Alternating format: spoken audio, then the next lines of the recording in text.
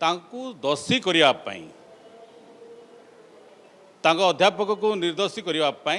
समस्त रणक्षेत्र कराला जे से बर्तमान आप जानते 15 दिन आगु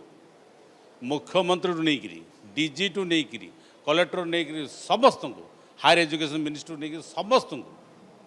से ट्वीट रे टैग करते जे मो ये अवस्था होची मते कौ समय मोर मानसिक अभाव एमती होची से मीडिया पाखे समस्त कथा तार दुख कि भला होता कि कौन शोषण करता जे एजुकेशन डिपार्टमेंट रो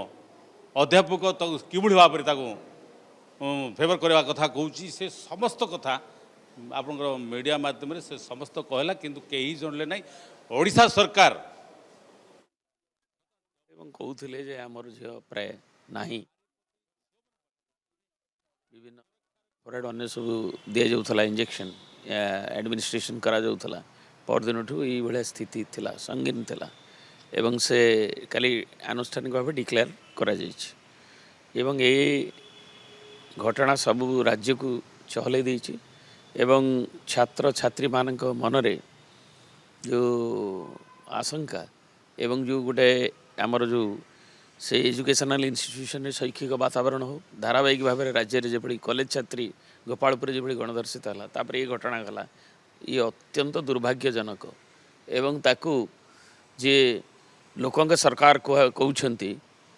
ताकू 1 तारिख रु से ट्वीट करी समस्त को जन माने लोकल नेता एमएलए एमपी तो निजे मानी 5 तारिख से डाकी कथा होते बालेश्वर एमपी एवं किए से भी कहते मुझे भावी नी एमती हो कि अन्य मैंने रेस्पॉन्ड ताको करना एवं जहाँ को तार फल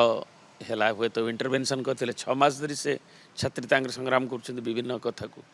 इंटरनल जो कमिटी कहुँ खाली ना को घोषणा करा एवं से छात्री जनक 1 तारिख रे अतिष्ठ शेष जेहेतु से गोटे संगठन अच्छी जहाँकि शासक दल सहित संपृक्त एवं ताकू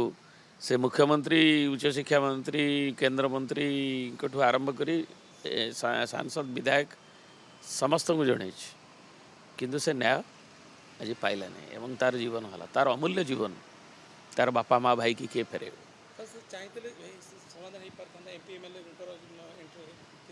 निश्चय आमर जो